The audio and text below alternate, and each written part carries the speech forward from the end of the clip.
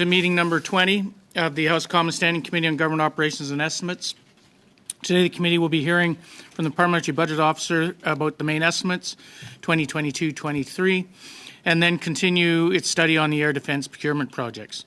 Today's meeting is taking place in a hybrid format pursuant to the House Order of November 25, 2021. Members are attending in person in the room and remotely using the Zoom application. Regarding the speaking list, the committee clerk and I will do the best that we can to maintain a consolidated order of speaking for all members, whether participating virtually or in person. I'd like to take this opportunity to remind all participants of this meeting that screenshots or taking photos of your screen is not permitted. Given the ongoing pandemic situation and in light of the recommendations from public health authorities are as well as the directive of the Board of Internal Economy on October 19, 21, to remain healthy and safe, the following is recommended for those who are attending in the meeting in person. Anyone with symptoms should participate by Zoom and not attend the meeting in person. Everyone must maintain 2-meter physical distancing, whether seated or standing. Everyone must wear a non-medical mask when circulating in the room. It is recommended in the strongest possible terms that members wear their masks at all times, including when seated. Non-medical masks, which provide better clarity over cloth masks, are available in the room. Everyone present must maintain proper hand hygiene by using the hand sanitizer at the room entrance.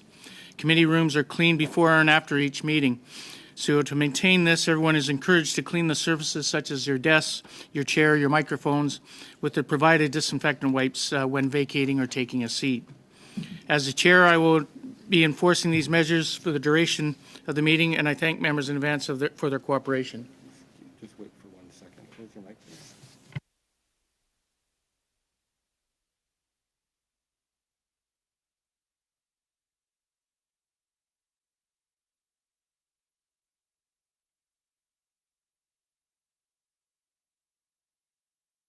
Okay, my apologies. We're having a little computer glitch, so we're just going to suspend briefly.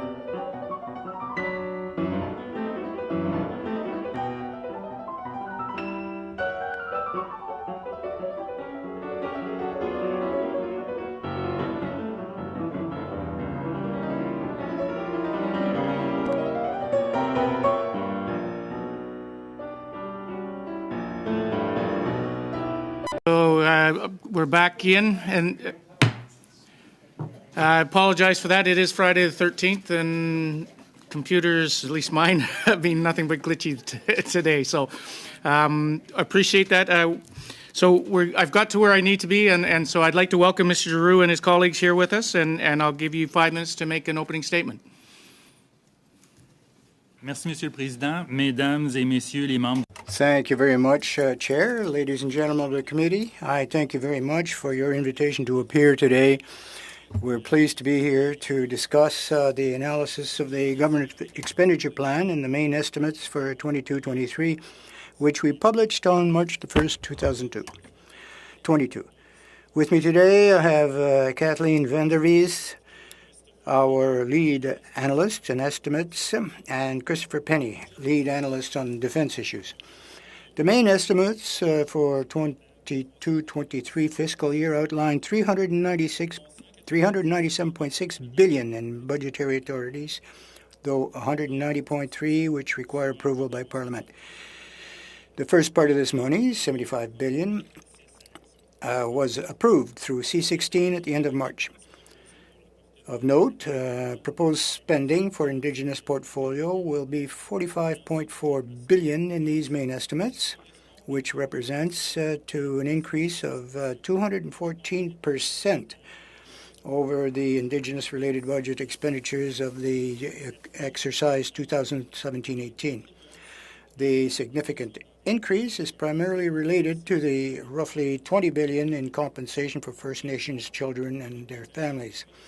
Additionally, federal spending of $6.7 billion, 10.9% of the total budget, will be spent on elderly benefits. And the Canadian Health Transfer will grow by $2.1 billion, 14.8% increase, to $45.2 billion in 22-23. A concern that I would like to point out is that while the government refers to the main estimates as the government's expenditure plan, they generally fail to include any measures in the corresponding budget, nor do the departmental plans, and therefore present an incomplete picture of government spending. As such, it hinders your ability to understand and scrutinize the government's funding request, track new policy measures announced in the budget, or identify the expected results of new budget measures.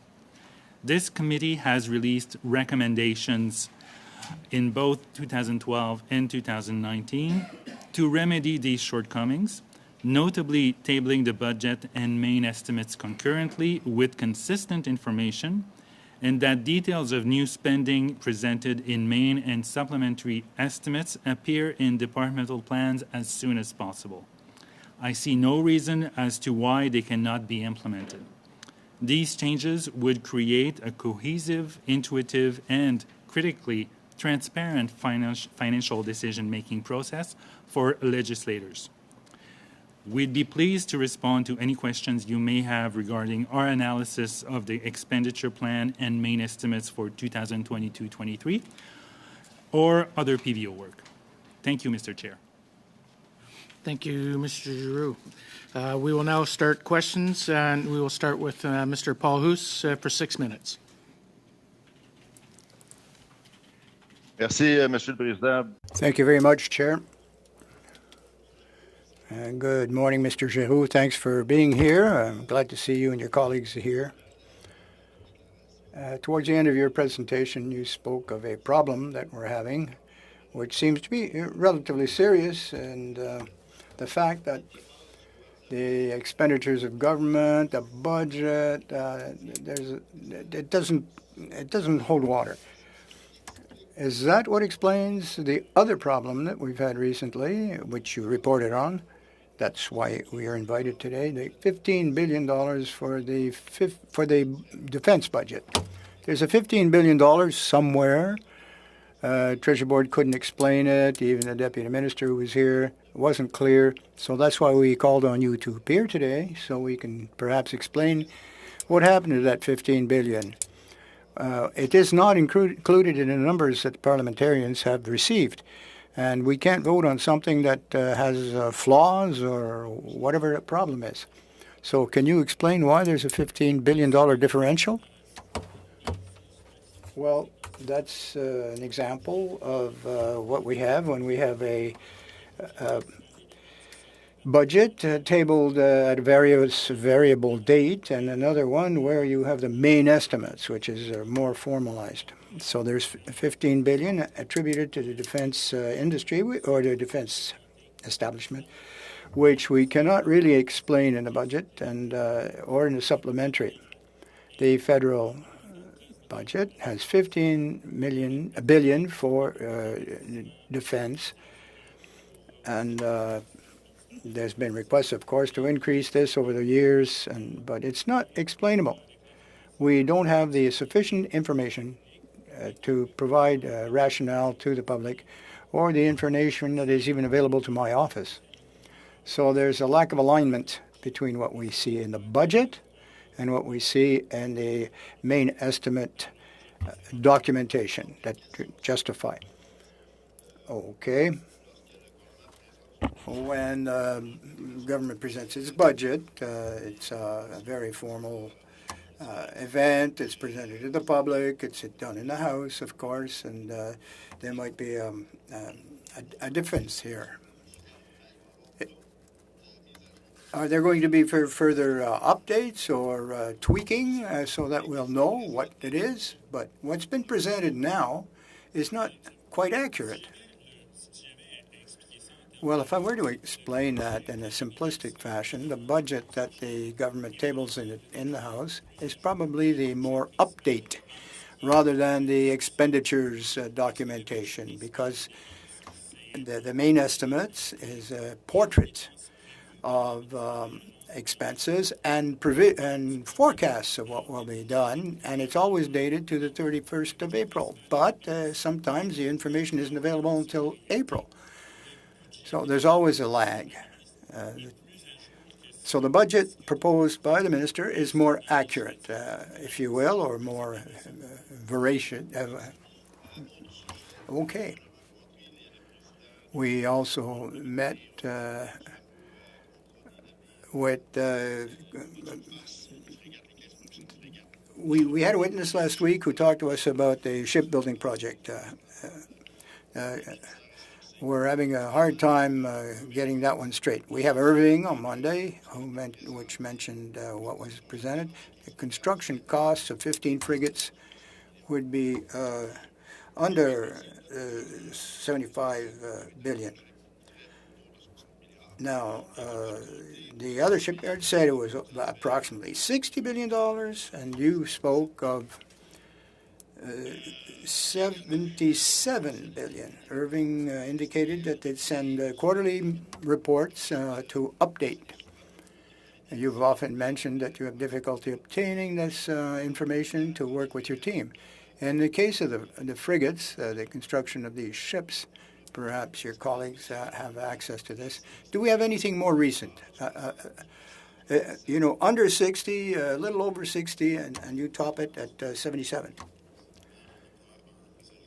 No, we don't have a current update, but if you'd like us to dig deeper or harder, we'll try to update this as quickly as possible for you.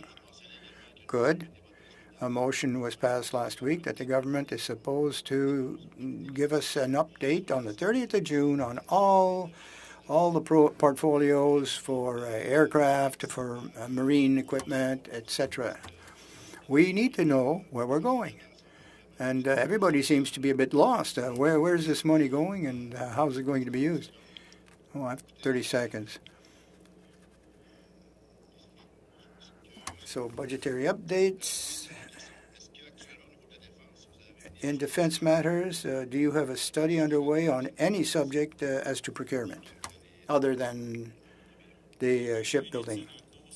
Yes, we have one on this 2% target of GDP that should be devoted to defense. And insofar as procurement goes, we can always update past reports with new information as we receive it. Perfect. Thank you. Go to Mr. Kazmierczak for 6 minutes. Thank you very much, Mr. Chair. And Mr. Giroux, you've recommended in your report that that a fixed date, as I understand it, be adopted for tabling the budget so that it can be reflected in the main estimates, as you said, to avoid confusion. You know, this year, Russia invaded Ukraine on February 24th. Obviously, things happen around the world, and both domestically that require significant expenditure and attention. If this rule was in place, I would argue that there wouldn't have been time for the budget to respond to that major development, obviously. And so I just wanted to ask whether your recommendation to have a fixed date for the budget, is that not too rigid? That is certainly one of the disadvantages of having fixed dates for budgets. It removes discretion on the part of the government as to the timing of tabling the budget.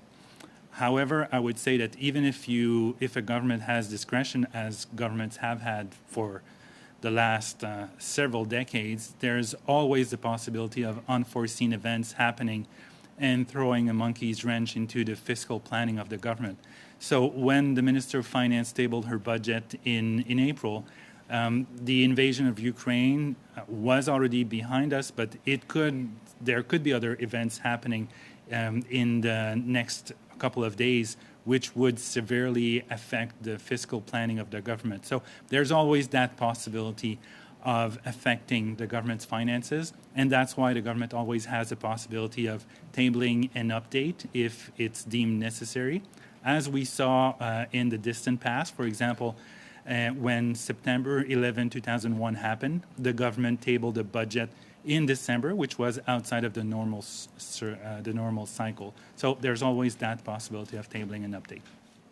Okay, gotcha. And, you know, items in the supplementary estimates have, you know, they undergo, you know, due diligence through the Treasury Board process to basically ensure that the public is getting good value for money. When you align the main estimates with the budget, could that in any way interfere with that work in terms of providing that deeper analysis before it's voted on? It's a possibility, especially if the Department of Finance and the Treasury Board Secretariat don't work together or don't work well together. But in my experience, having worked on several budgets, it is possible to overcome these obstacles by having the Department of Finance and the Treasury Board Secretariat working very closely together on potential and decided budget measures, and having the Treasury Board Secretariat do its due diligence possibly before the budget, so that items in the budget can also be included in the mains or in the subs. So in the government's expenditure plan and main estimates report, you highlight the fact that this government is putting forward a plan, increases for elderly benefits, as you call it, have increased by 4.9%, which is $2.9 billion. Can you tell us what is driving, and what we're basically seeing here, you highlighted in this report, it says over the same time period, the percentage of persons 65 and older and low income has been steadily decreasing and is projected to slowly decline over the medium term. Can you tell us what is happening in terms of that number? What is driving the fact that it seems like fewer and fewer Canadians over the age of 65 are in low income? So I'd have to get back to you on the specifics. I can tell you about what's driving the increase in expenditures on elderly benefits. It's mostly demographics as well, so an increase in the size of the population aged 65 and over, as well as the increases in benefits, notably the one-time increase in statutory GIS spending related to the one-time payment for GIS recipients who received pandemic benefits. Is it possible that as the government invests more money in our seniors, that we're seeing a reduction in the amount of seniors that are living in poverty or living in low income? Can you make that conclusion? It's quite possible as benefits are increased, especially for low-income seniors, those that are receiving the guaranteed income supplement, that fewer of them, as they receive increased benefits, fewer of them are below the poverty line or the low-income threshold. Okay, gotcha. Thank you, Mr. Giroux. Do I have any more time, Chair? 1 minute. Oh, 1 minute. Great. Okay. So in your work plan, one of the items that are on the work plan is a stochastic debt sustainability analysis. Can you explain to laypersons like myself what is a stochastic debt sustainability analysis? So I assume, Mr. Chair, I don't have 30 minutes, so I'll try to summarize that pretty quickly. So it's looking at the future path of debt and deficits, assuming a variety of scenarios. So we run a couple of shocks to key economic variables, and we look at what that would do to the debt path over the next several years. Okay. So basically, you're throwing different scenarios at the algorithm or whatnot, and trying to see a range of outcomes that may come out of that. Okay. So we run thousands of simulations, and we see what's the likely path, what are the more likely path between 25 and 75% of chances, and then the very unlikely scenarios of exceptional circumstances, if you will. Thank you. Thank you, Mr. Giroux. We'll now go to Mrs. Vignola for 6 minutes. Merci. Merci. Thank you. Thank you once again for your appearance. Much appreciated. I'd like to come back to the $15 billion that Mr. Paulus raised earlier. We really have no idea what it's going to be used for so far. Will it be for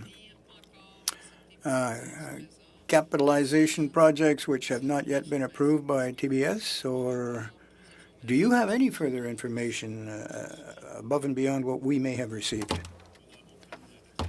We have no details on that at this time. Well, okay, to be followed. In your report on the 22 budget and considerations for parliamentarians, the private sector was going to be about $41 billion to $226 billion, given inflation. Two questions.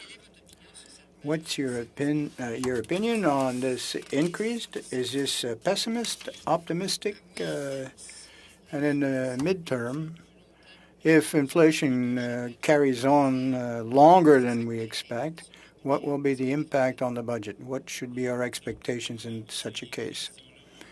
Well, when these forecasts and expenditure provisions were conducted, they were realistic.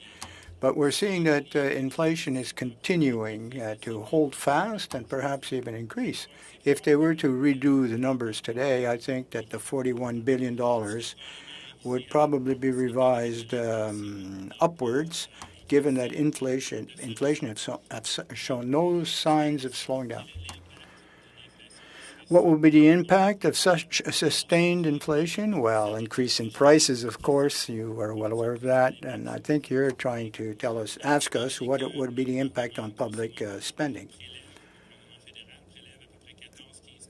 14-15% of the GDP is revenues from taxation. So those, of course, will increase as well for the government. And, of course, it works both ways. It'll cost more to buy material, but it will earn more in revenues in taxes. So it's very, very difficult to determine exactly what the impact may be on the public purse, given on the source of inflation. If it's energy, petroleum, or is it imports? We see right now that it's energy that's causing the grief. And this will have, in fact, a positive effect on the public purse.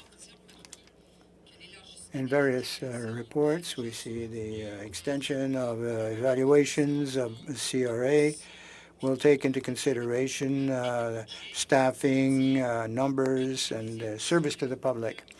But there's no money set aside for that on a budget line, if you will. Did you notice this, and were you able to point that out to the government, and how did they respond to that? Well, we haven't communicated directly with CRA, Revenue Canada, or Treasury Board in general. We do contact the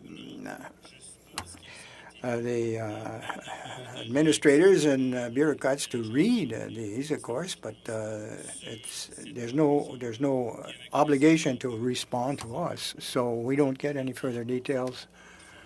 We didn't hear anything about, we made mistakes, or they didn't admit to any mistakes. So the surprise, I suppose, will come when we see the SUPs, Supplementary A particularly, when we had a briefing on the 28th of April. Well, that's possible, but maybe Revenue Agency will realign their internal current budgets to try to overcome any shortfalls in another envelope within the organization. And then, of course, there'll be some impact on their operations, probably. They may have to reorganize activities and functions within the agency in order to override that. Okay, in about the same paragraph of your report, you mentioned that the Revenue Agency, CRA, their forecast as to the gap in here was much lower than in other countries comparatively. So what impression of the backlogs do you have, and which countries are particularly efficient in their performance to not have such heavy backloads? Well, the impact reveal themselves in two ways. First of all, interest continues to accumulate because, anybody who doesn't pay his taxes on time will pay penalties on an interest base. And the longer it takes to collect money due to the Crown, the higher the risk of an eventual default. They might leave Canada, they might walk away from their debts, go bankrupt, and so we can't lag. The most efficient countries, I don't have the data with me right now, but we can get that to you in writing after this committee meeting. Thank you. And we'll now go to Mr. Johns for 6 minutes. Thank you very much for being here. Thank you for the important work that you're doing. Can you speak about COVID and how it's impacted both on the work that you're doing and, of course, the government in terms of budgeting? I can't imagine the challenges you're facing. Maybe you could speak to some of those challenges.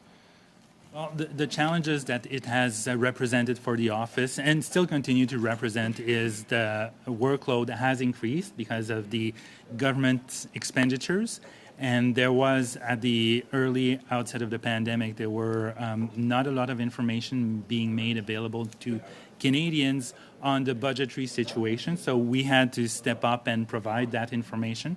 And it's also meant a lot of work for the employees, the staff in the office, to try to independently estimate the cost of the multiple measures that were put in place. So that was one impact. And as millions of Canadians, our employees had to work from home for a significant period over the last 2 years, and some continue to work from home for at least part-time. So it has presented challenges, but in that sense, we're no different than others. And what it's meant for the fiscal situation, as we have seen, it's meant a dramatic increase in government expenditures and the deficit, for which the government is still recovering by lowering the expenditures, the extraordinary expenditures under COVID, and slowly returning to a more normal level of deficit that is closer to what we saw before the pandemic. In your reports on the main estimates, 2022-23, noted that the Canada Health Transfer, which is obviously the largest transfer between the provinces and territories, is set to increase by 2.1 billion, 4.8% to 45.2 billion in this fiscal. You projected that by 2026-27, transfer will reach about $56.1 billion to cover the rising healthcare costs. Provincial, territorial premiers have asked, as you know, the federal government to increase the share of healthcare costs by the health transfer. Should the formula used to calculate the health transfer be revised? That's an excellent question. I don't think I'm the best person to answer that question, given it's a matter of policy and it's up to the government to decide how fast or not it wants to increase the Canada Health Transfer. Okay, so given that, have you analyzed what it would cost to increase that significantly, Canada's share, in terms of working towards the former arrangement back when Tommy Douglas worked on bringing healthcare to 50-50 was the agreement initially. In terms of each percent towards 50-50, have you costed out what that looks like? I don't remember having costed that. Certainly not, well, I shouldn't say certainly, not since I was appointed. Maybe we did and I forget, but if that's the case, my apologies, but I don't think so. We've got over 235,000 homeless people in Canada. Have you costed out the cost of what it costs overall for the healthcare system, criminal justice system, because we know many people end up in the criminal justice system, mental health care, all of that? Have you costed out what it costs the overall society? Again, I'm probably a disappointing answer, but we haven't costed that. It would be a tremendous undertaking because the costs are multiple, as you pointed out. So it would be challenging, but we have not costed that. Being that it's such an enormous cost, do you think it should be costed out and the government should provide resources so that you can? Because if we're going to get to the root of these problems and save taxpayers money in the end by providing solutions, Again, that's a very good question. Do you have the resources to conduct such a study, do you think? If I was to undertake the costing of such an important and complex issue, I would certainly have to drop other aspects of my mandate. So without dropping aspects of your mandate, would additional resources, if they were provided to do that, you could do that job, but needing that additional resources so it doesn't impact your mandate? We could certainly look at ways of doing that, and given that it's a multidimensional issue, I'm not sure that we would have an estimate that would be robust, but we could probably come up with a reasonable approximation of the multiple costs. Just away from housing, obviously, there's a toxic drug supply issue. 27,000 Canadians have died in the last 6 years. Have you done any costing around the criminalization of, right now there was a report done by experts on the Substance Use Task Force. They quoted that it was $6.4 billion just in policing alone in 2017. So here we are 5 years out. Has the PBO looked at what the cost of criminalizing people who use substances, given that this task force, this expert task force by Health Canada says that criminalizing people who use substances is causing more harm than it is good? So we have done costings of repealing some mandatory minimum penalties on some types of offenses, but we have not looked at the cost of criminalizing some drug offenses. Is it something that your office is considering? Not at the moment, but if there's a desire from the committee to have our office look at that, it's something that we could certainly at least consider and try to determine if it's feasible for us to do that, and if so, to undertake that kind of work. Thank you, Mr. Johns. We'll now go to our second round, starting with Mr. McCauley for 5 minutes. Great. Welcome back. It's good to see you again. We've had a lot of witnesses come in the last little while on the shipbuilding. We heard Irving this week say their costing is very different than the government's. We've heard various witnesses talk about steel inflation from COVID, although I do note steel futures have dropped dramatically and copper is dropping as well. How difficult, or would you be able to simply update the previous CSC and AOPS costing for this committee? It's certainly something we could do. In the absence of significant new information, I am not certain that our costing would be significantly different. And the reason for that is that I am very confident, in fact, that our previous costing was accurate and strong, but it certainly is something that we'd be happy to reconsider if the committee wishes us to If that's the do case, so. I won't waste your time then. I was going to actually ask for a motion to do that, but it doesn't sound like much change. What do you think then on the comments that we've heard from other witnesses about catastrophic inflation on steel, copper, cost rise from COVID? Are they valid comments then? Well, we have done Or comments to be taken with sensitivity. a grain of salt? Done sensitivity analysis should, for example, there be a 1 or 2 year delay in the construction of these ships, and we have estimates for that. So if COVID really did end up delaying the construction of these ships, there's sensitivity analysis that indicates how much this would lead in terms of cost increases. It's true that materials have increased, the cost of materials have increased. But if the committee wishes us to revise our cost estimate, it's something that we can certainly If do. you don't think it's going to be that material, then I won't. Well- TBS Vote 10 is always an issue for myself. Traditionally, it's been for a decade, whatever. It was $3 million, $5 million. We saw it balloon to $152 million in the mains. When we had TBS here, they said, well, we can't tell you what it's for because we don't know yet. And if we do know yet, we don't know how much it's going to cost. Sets off my alarm bells. Do you think it's proper to have that money in a vote 10 instead of putting it in departments and doing horizontal, where Parliament can actually oversee and vote on specific initiatives? Well, I think it's if departments know how much they need for a horizontal initiative, it certainly is more transparent to allocate that funding to each and every one of these departments so that it's clear when you as parliamentarians are asked to vote on it. If the Treasury Board Secretariat or Treasury Board allocates that to a central vote, it is probably because they don't know how to allocate the funds. Otherwise, it would be highly preferable to allocate these amounts They to don't specific know departments. how to allocate it. Tells me they haven't fully developed. Would it not be better then to vote to put it into a sub A or sub B if it's not such developed? Probably preferable, but again, there might be other reasons leading ministers and the government to put that in a horizontal vote. But Certainly not. It does not do a favor for transparency or parliamentarians' ability to vote properly on government spending. it might be more convenient, but it's not more transparent. Okay.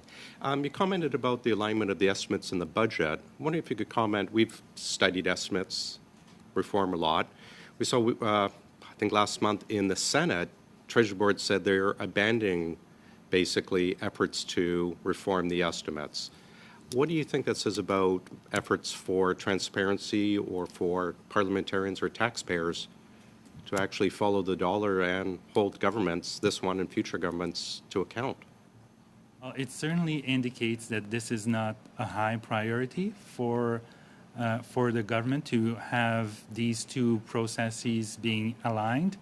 And that aligning these two important documents and processes would certainly improve transparency and make your collective job easier.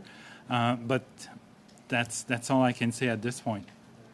Next budget dates. I know Australia, since the First World War, I think has had, even though they don't have legislation, they've had the same budget month every single year except for one. Many OECD countries have fixed. It's not a difficult issue to have a fixed budget date, is it? No, it's not difficult. It certainly is possible. As you pointed out, there are other countries that do that, or if not fixed dates, they have a short window in which the budgets are tabled. So it certainly is possible, and it's something that I know many public servants who work on budgets would be very happy with. Thank you. Thank you, Mr. McCauley, and thank you, Mr. Giroux. We'll now go to Mr. Baines for 5 minutes. Thank you, Mr. Chair. Thank you to our witness for being here today.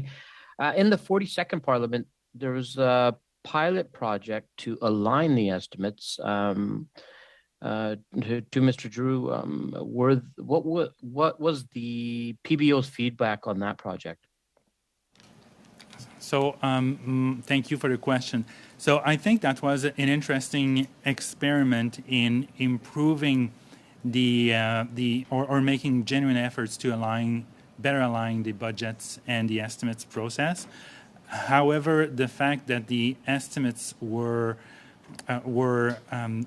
the timing was amended was not a full success because the budget kept on being tabled relatively late in the process, in late March or April. So it was not a full success, in part for that reason.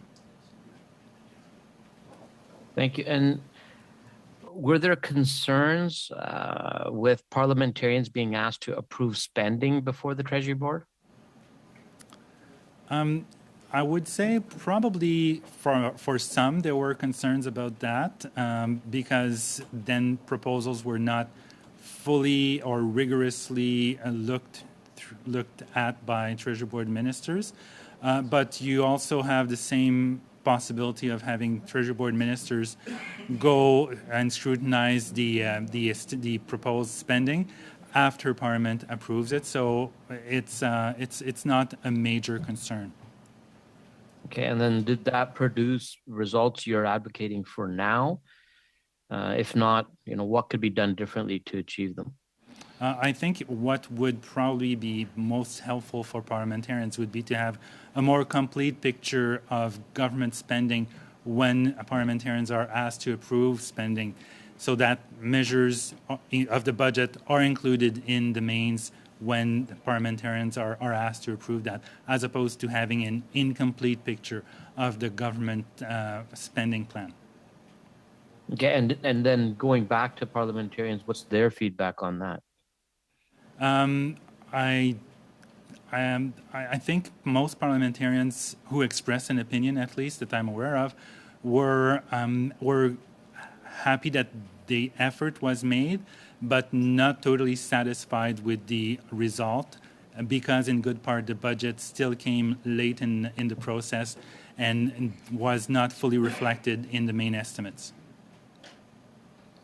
Okay, now if we go to our parliamentary precinct and the modernizing federal accommodation space, the revitalizing of it, do you believe there's more funding needed towards this?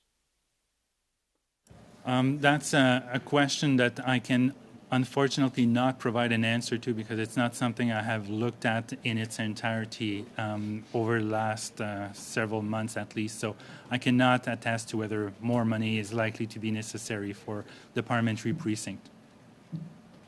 Okay, and Mr. Chair, do I have any more time? You still have 1:40. Okay,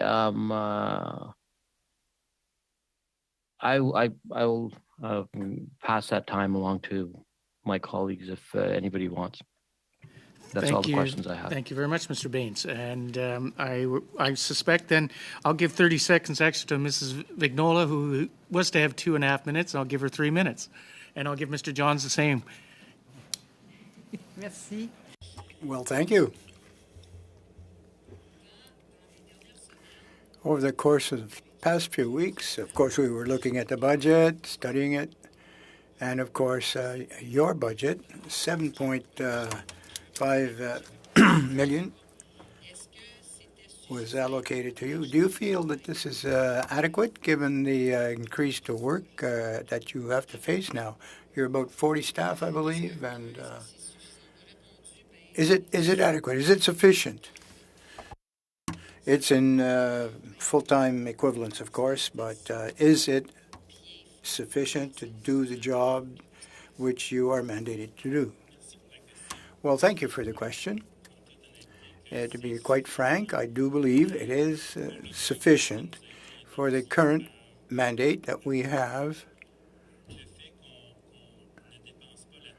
if in fact we don't end up spending all of our budget, I think that's an indicator that we have enough, and there's a little left over. So we do have sufficient resourcing to conduct all our tasks. Now, that thanks to the devotion and hard work of our employees, which we recognize fully. Thank you. In the report that you mentioned earlier, the federal government will get deficits which go beyond the forecasts of the budget over the next couple of years. Why is this deficit going to be larger than forecast?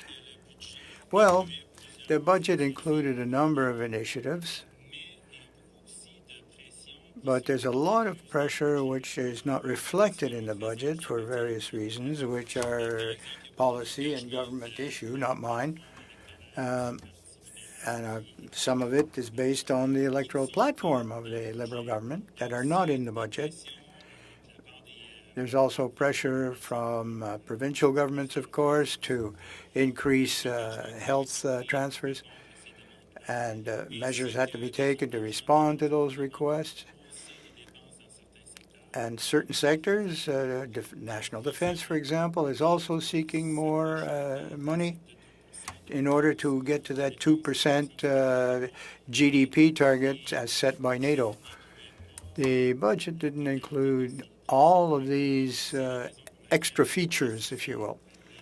And this is why I believe that the budget might be higher in the next few years.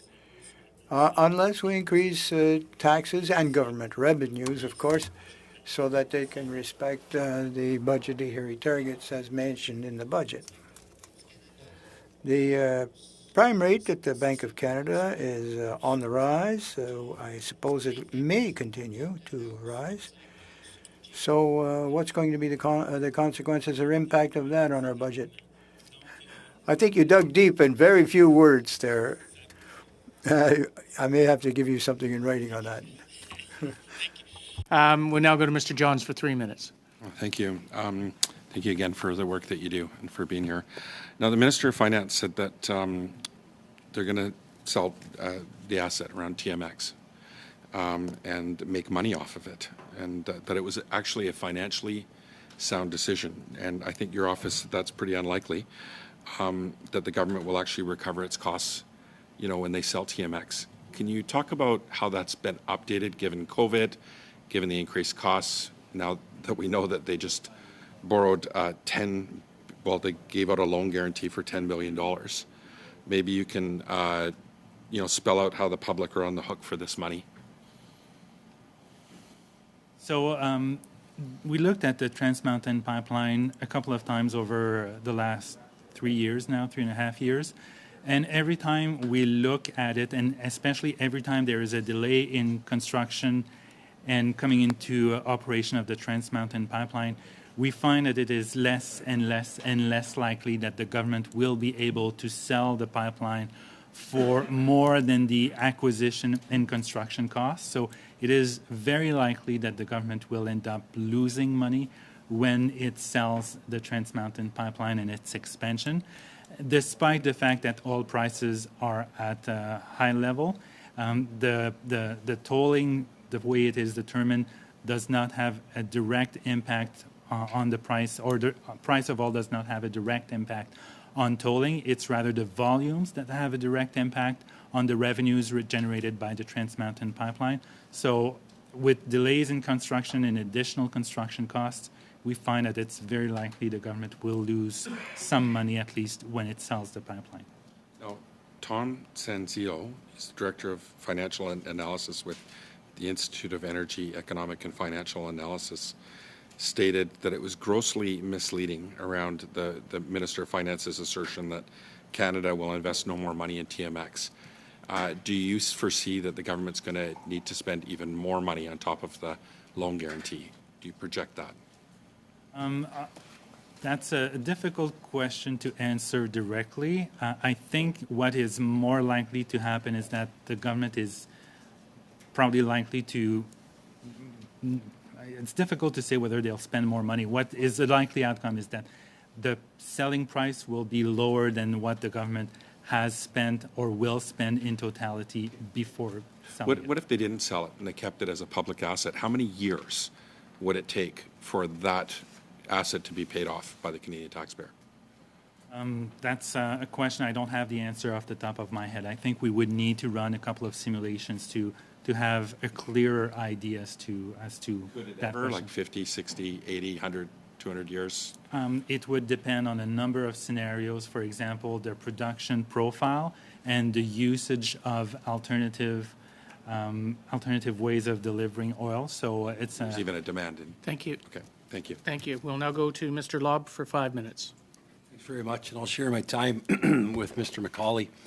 First question is, have you ever considered doing a price comparison for Mr. Johns for a dry dock in his riding? Have you ever done that? That's a long-running joke. Sorry. But maybe if you run out everything else to do, that's what he'd like you to do next. Digital ID and digital government. These are topics that are coming up more and more often. At the last meeting, we had some discussion, not your last meeting, but our last meeting we had with Treasury Board on digital government. They were talking about streamlining services, 270 points to sign in, et cetera. These are going to be big expenditures, multi-billion-dollar expenditures by the looks of things. Have you had an opportunity to kick the tires on that one and do any value on that one? No, I haven't had the opportunity nor been requested, to the best of my knowledge, to kick the digital tires, so to speak. Okay, I think that would be one maybe we would ask you to look at some point in time. Another one is, at this point in time, I don't think I'm telling any secrets out of school here, but I get a lot of requests now from vendors. I'm sure other MPs do as well, from vendors that are doing business with the government, hardware, software, cloud, et cetera, making all sorts of comments about capabilities, cost, the way procurement is done. Have you ever looked at this to see, are we getting value for money? Is the government in their RFPs doing the right RFPs to provide the right hardware and speed and security? Is this something you've looked at? Is this something you'd be willing to look at? We have looked at one issue specifically, which is the infamous Phoenix space system, where we were asked to look at how much it would cost to upgrade, replace, and fix Phoenix, mostly replace Phoenix. And in the course of discussions with many stakeholders, we were told that this was not an example to be repeated.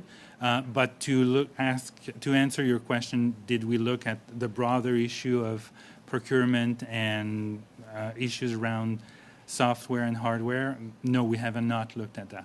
I'm going to turn my time over to Mr. McCauley. Great. Just a quick question for you, Mr. Giroux. From the public accounts, page 18, there's a section about accounting for the Bank of Canada's purchases of Government of Canada bonds, where it reports a $19 billion net loss. Can you, Coles note it or walk us through that $19 billion and what happened that resulted in the $19 billion loss? Is it a paper loss only that would be recovered later? So I assume, again, Mr. Chair, I don't have more than 60 minutes. So the short answer is that the bank purchased mostly bonds on the secondary market or on the market. They purchased at market price. And so because these securities, these bonds, had a higher return or higher interest rate than what was available at that time, the way bond markets work, the principal goes up in value when a bond has a high interest rate, higher than what's available at that specific time. So that's why the bank had to write off, because they paid slightly more, the face value, they paid more than the capital value of these bonds. A real $19 billion loss. Not yes and no. funny I'd say mostly no. It's a paper exercise, because over time, these interests that the bank will get on these bonds will be higher than what the bank would have gotten had it purchased bonds issued at that same time. So paid more in capital to compensate for the fact that these bonds are paying more in interest. So over time, it's a wash. Is this kind of, trying to think of lack of words for it, but lack of better words, kind of a form of printing money to do it like this, like a MMT type in a rough way? Certainly not MMT. I would personally stay away from MMT. It's not purely printing money in the sense that people hear it. That's why we and people, economists, use quantitative easing as opposed to printing money, because printing money usually refers to printing money and not registering a liability anywhere else. So it's really a practice not to be repeated. But this is in that case, a book liability that will have to be repaid, we will or have to will pay it back. Yes, will not disappear. Right. Eventually, these bonds will expire, will mature, and the government will have to refinance itself. Thank you. Or lower rates. Okay. Thank you. Thank you, Mr. Giroux, and that was well done in 60 minutes. We'll now go to Mrs. Thompson for 5 minutes. Thank you, Mr. Chair, and welcome. Certainly been a difficult start of Parliament in terms of continuing COVID and other challenges. So I'd like to get a clarification on this year's Vote 10. The 2022-23 main estimates include a $152 million in Treasury Board vote for Vote 10. Amounts are planned for the following initiatives: $107 million for COVID-19 vaccine policy implementation in the core public administration, including the RCMP. $24 million to respond to claims arising from the Phoenix system, $10 million for the modernized business applications and migrate them to secure data centers or the cloud, and $7 million to modernize the programs and administrative services occupational group, and then $3 million uncommitted balance. Is that correct? Caitlin, do you know? The 152 million figure you cited is correct. The exact breakdown, I'd have to check. Thank you. And if I could go back to a question that was asked earlier, and it's just a couple of other points around the fixed date being adopted to table the budget. As PBO, do you see yourself as having an educational role to prevent the confusion that was described earlier by clearly explaining the purpose of each, obviously the tabling the budget and the main estimates, and can you explain the difference in less than an hour? So certainly, it's always a pleasure to explain these fiscal and budgetary issues. So. The main estimates and the supplementary estimates are the way by which the government finances its operations. Because the government cannot spend money that has not been approved by Parliament, it has to seek approval either through standalone legislation, such as, for example, the Old Age Security Act, to spend in an ongoing manner for old age security, one example, or seek approval for an annual spending authority, for example, for the functioning of Parliament, of government operations, departments, and so on. So there needs to be legislation for government to spend. So that's done usually through main estimates or supplementary estimates. The budget, on the other hand, lays out the policy priorities and the way the government will be exercising that authority and implementing these priorities in a document, and that includes changes to tax policy. It includes changes to policies that may not have any expenditure implications. And these exercises are not identical, but they are broadly similar. It's not a very good explanation, I know, in a short period of time. No, thank you. So many budget items require consultation to develop, and this can't happen while protecting budget secrecy. How can budget secrecy be protected under your proposal? The government could still indicate its intention to move ahead with something without necessarily indicating exactly how much it would be spending in future years. Because, for example, if anybody wants to launch a new policy proposal or increase an existing policy and allocate additional funding to it, and do that only after consultations have taken place. It will require some time, so there's nothing that prevents the launch of consultations before allocation of money is performed. So it's not inconsistent.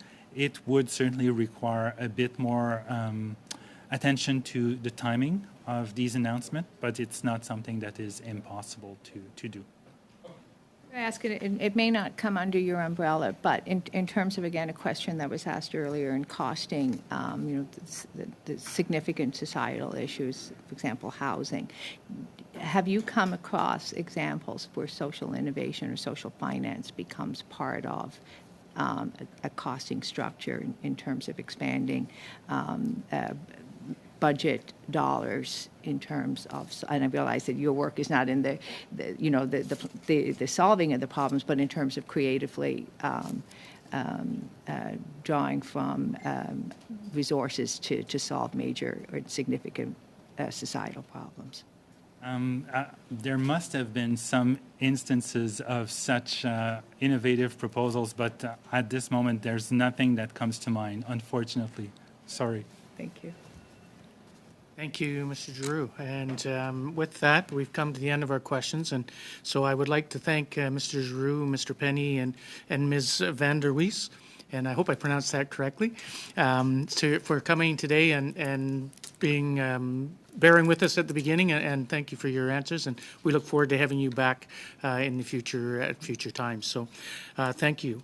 With that said, now we're actually, for the committee, the order of reference for the committee, just so that you're aware, to study the main estimates expires on Tuesday, May 31st, 2022.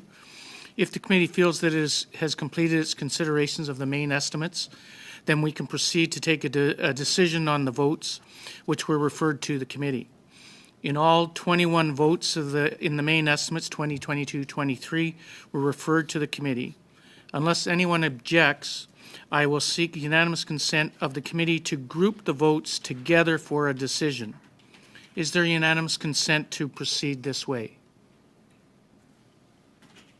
And I'm looking on the screen and I'm seeing every nod. Thank you very much. Okay. Shall all votes referred to the committee in the main estimates 2022-2023, less the amounts voted in interim supply, carry? On division? On division.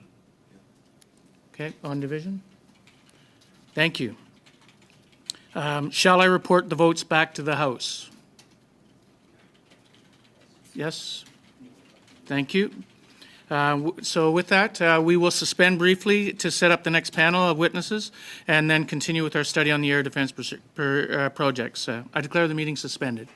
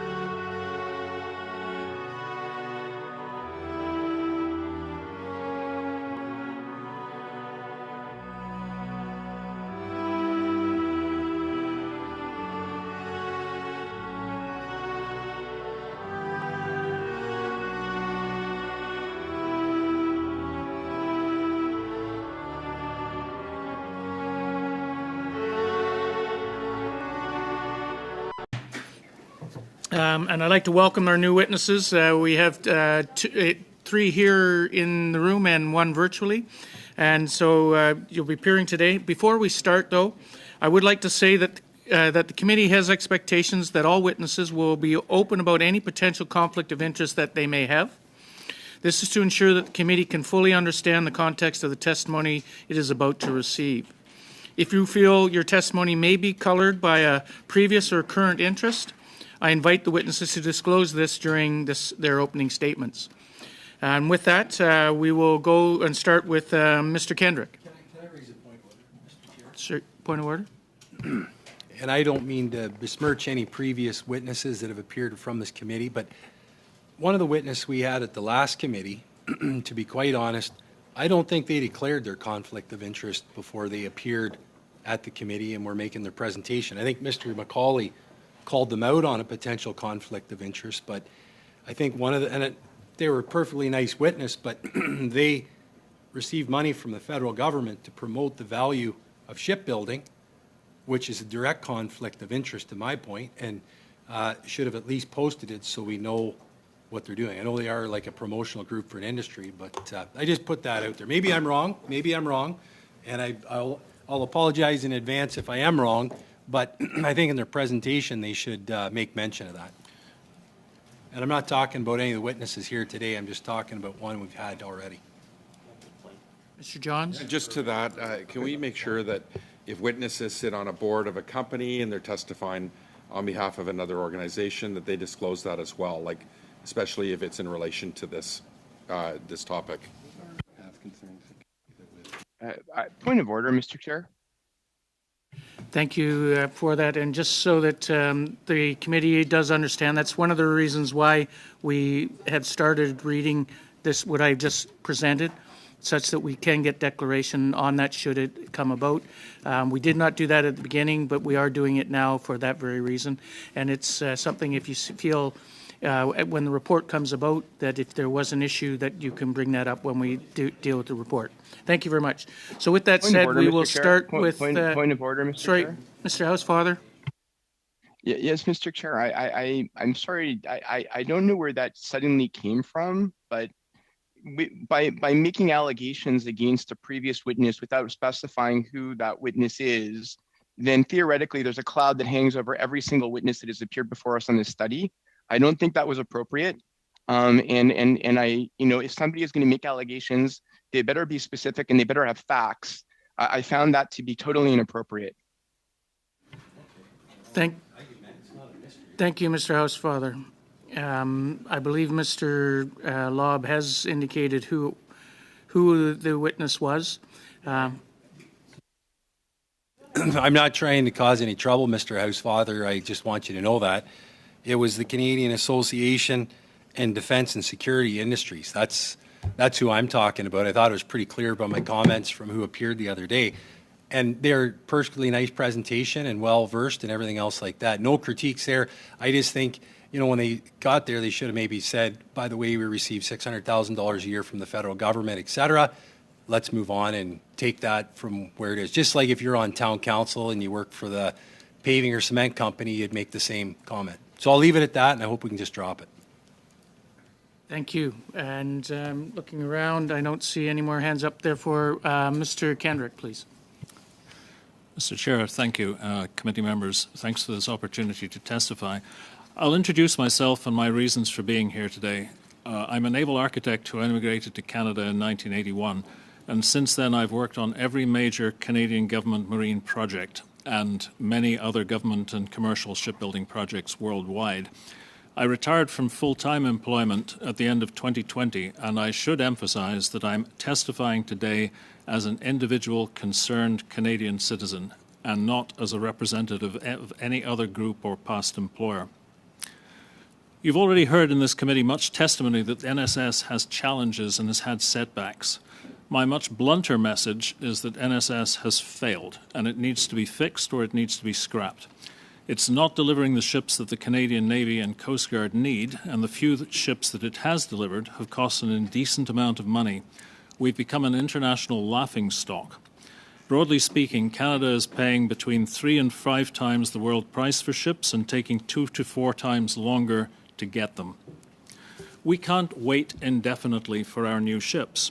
Our Navy and Coast Guard are rusting out. In the last few years, Canada's had to acquire more interim ships than new ones in order to fill gaps. Let me review some comparative international projects. I'll start with JSS. I was involved with JSS from 1998 until my retirement.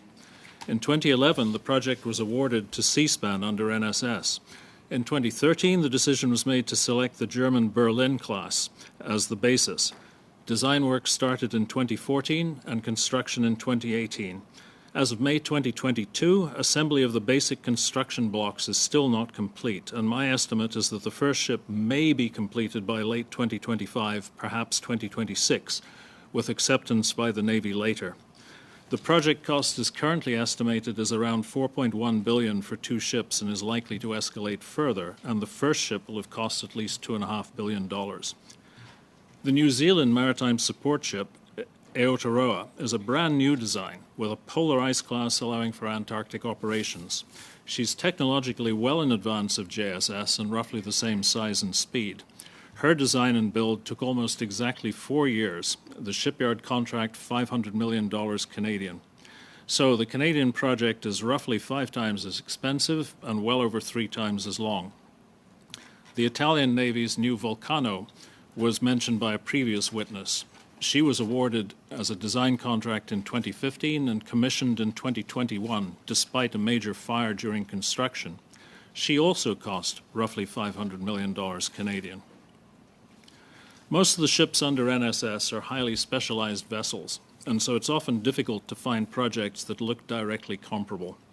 The Canadian Offshore Oceanographic Research Vessel and the South African Navy equivalent are both designs by my ex-employer, with the much smaller Canadian ship being currently quoted as 5 times the cost of the South African vessel.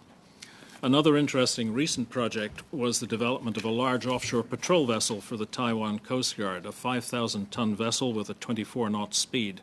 Concept design to delivery took less than 4 years, and the cost of the 4-ship program was slightly below $500 million.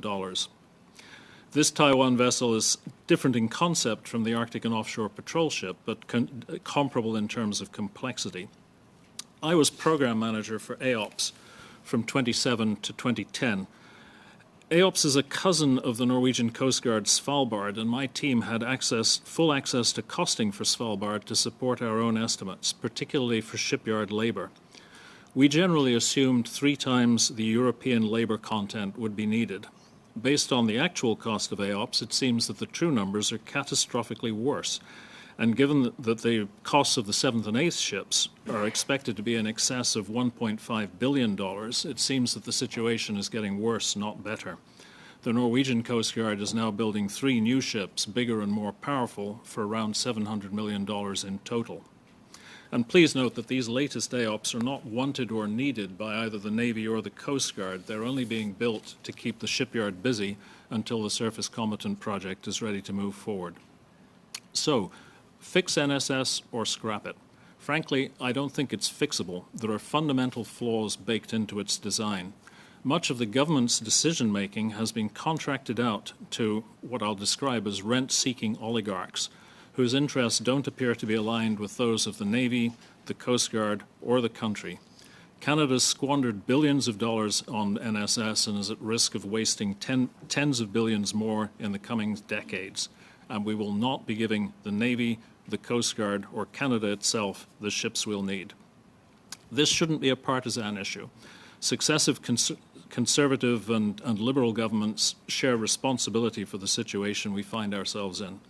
I implore this committee to look at the hard decisions that need to be taken to preserve our maritime safety and security capabilities. Thank you. Thank you, Mr. Kendrick. We'll now go to Ms. Sampson. Mr. Chairman and members of the committee, I represent Unifor Marine Workers Federation Local 1. We appreciate the opportunity to speak with you today to highlight the importance of the shipbuilding contract for our members. My name is Shannon Sampson, and I'm the president of Local 1. With me today is our business agent, Adam Sloanwhite. I understand that Kevin Mooney and Kevin Young have invited you to come to visit the Halifax shipyard. We would be honored to have that opportunity to introduce you to your proud shipbuilders. The three main topics I would like to discuss are as follows. Number one, our members and the National Shipbuilding Strategy. Number two, the challenges of COVID-19. And number three, the transition from AOPS to the Canadian Surface Combatants. Marine Workers Local 1 was established in 1937. We have had up to 3 generations of shipbuilders working together at one time. Our members have weathered the boom and bust of national shipbuilding, and we still stand. We know what it means to see our members lose their livelihoods. The period of bust, before that big announcement in October 2011, saw the largest shipyard in the country close. St. John Shipbuilding was once home to over 3,200 skilled trades building the frigates. That is something we would never want our members to face. Today, we are building ships to sustain future generations. Canada has made this possible, and we do not take this for granted. The National Shipbuilding Strategy is growing a whole new generation of shipbuilders, and we are committed to delivering the best ships to the Royal Canadian Navy and to the Canadian Coast Guard. My generation is committed to the National Shipbuilding Strategy. We're keeping trades home, and we're bringing them home. Our local has over 229 apprentices, which is the largest amount in a single employer in Atlantic Canada. Local 1 is committed to supporting our apprentices throughout their journey to achieve their Red Seal certification. We had a record-breaking number in 2021, and we're on track to breaking them again in 2022. The NSS has added over 700 skilled shipbuilders to our local. These shipbuilding opportunities are life-changing for our members. Our workforce is growing and diversifying, and we believe that skilled trades must include the underrepresented.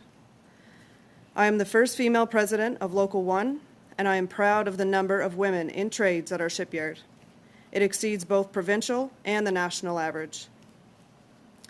The Halifax shipyard and our members felt the impact of COVID-19 being an essential workforce. Nova Scotia Health Authority regulations closed schools and daycares for months on end, which reduced our workforce because of the need to care for their young children. Irving Shipbuilding worked closely with the Health Authority to create site-specific distancing and safety protocols that protected all of our members. Maintaining these protocols affected production efficiencies, but we still persevered to deliver 2 Arctic offshore and patrol ships and are pulling together to deliver Ship 3 this fall. Our members in ship repair, which is the mainstay of hundreds of jobs, have also delivered HMCS Charlottetown back to service and have welcomed HMCS Ville de Quebec to the dry dock. We're working hard to maintain the vote of confidence we rightly earned from Canada in 2011. As a team, Local 1 firmly believes that the protection of Canada against the threats to our sovereignty and security begin at home and should be built at home. The NSS is all about Canadians working to keep Canadians safe. AOPS has given us the opportunity to grow our team and expand our skills as we get ready for CSC.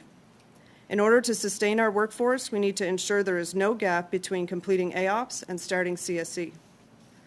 Our skilled members of Irving Shipbuilding earned the contract to build these combatant ships, and we are committed to building them all. This is a generational opportunity, and we are 100% focused on seeing this generation and the next employed on this historic journey for the Navy. Thank you. Thank you, Ms. Sampson. And now we'll go to Mr. Schmidt. Mr. Chair and honorable members, thank you for the invitation to speak to you today on the National Shipbuilding Strategy. I am here as chairman of the Canadian Marine Industries and Shipbuilding Association, or SMISA. SMISA's purpose is to represent and champion the advancement of the marine and shipbuilding industry across Canada. We represent 80% of Canadian shipbuilding production capacity. Our membership reflects a diverse group of successful businesses of all sizes in a range of marine industry sectors all across Canada. Our board, therefore, comprises directors from all major sectors across Canada, including partners in our NSS.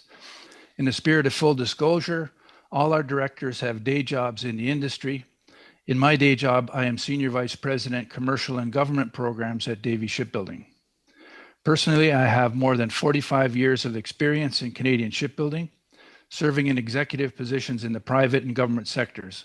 I worked on many contracts for the government and later for the shipbuilders. I was deeply involved in the original NSPS, having been part of the successful Irving proposal. I hope I can offer unique insights on behalf of our SMISA members. Let me start by commending Canada for its foresight and political will in creating our national shipbuilding strategy. The key to any successful strategy is to plan, execute, monitor, and adjust. And I emphasize adjust. So this current review should be applauded for seeking to improve our NSS. NSS projects either completed or underway, supported by many SMISA members, will benefit Canadians for decades to come. However, our NSS is not perfect. Its main goal is to replace our aging federal fleet. Yet nearly 12 years into the large ship programs, we have delivered only 5 large vessels. In the 1980s, over a similar period, Canada delivered 15 large ships. The difference is easy to define. We transitioned from a commercially influenced model emphasizing on-time delivery to an approach that promotes process, governance, and control over that of ship delivery. In the 1980s, we estimated the internal government cost of managing new ship construction between 4 to 6% of contract value. Today, it is around 14 to 16%. So to replace roughly 36 large ships, Canada must budget now for 40. Canadians live in volatile and worrying times, yet we struggle greatly to provide our Canadian Armed Forces and Coast Guard with essential tools and capabilities. We desperately need to fast-track ship construction to address growing threats to Canada's sovereignty and other vital interests. Our NSS should be a unique made-in-Canada solution to the growing challenges we face. It should also help create a stable and sustainable domestic industry with export potential. In our time of great need, Canada's procurement process hampers agility, innovation, and execution. This has contributed to well-documented cost overruns and delivery delays. The backlog means we are performing vessel life extensions on ships up to 50 years old. We can fix this with pragmatic and proven solutions, which combine the best of government and commercial practices. A real-world example is the United Kingdom's refreshed national shipbuilding strategy. It seeks to build competitively priced ships today to create future exports. A more commercial approach is paying off. The UK has developed a warship for a fixed price of US $336 million. 5 have already been sold to foreign governments. Canada can, and I would say should, do the same. Canada is able to build competitively, and there is increasing demand for the high-quality products, including complete vessels that Canadian shipbuilders and our supply chain can produce. Major global fleet renewal is export opportunity for Canada. Other nations empower industry to drive shared success, and we should consider doing the same.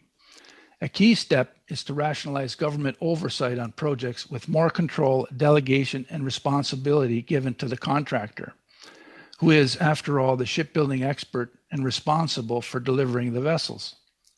For example, one of our members had a recent major project that used a commercial-based procurement strategy and project manager approach where only the classification society and a single overseer was used by Canada to monitor shipyard performance. The project finished on time and on budget, meeting all contractual requirements. While this may only be one element, it speaks volumes as to what can be done with a more commercial approach using industry norms rather than government norms.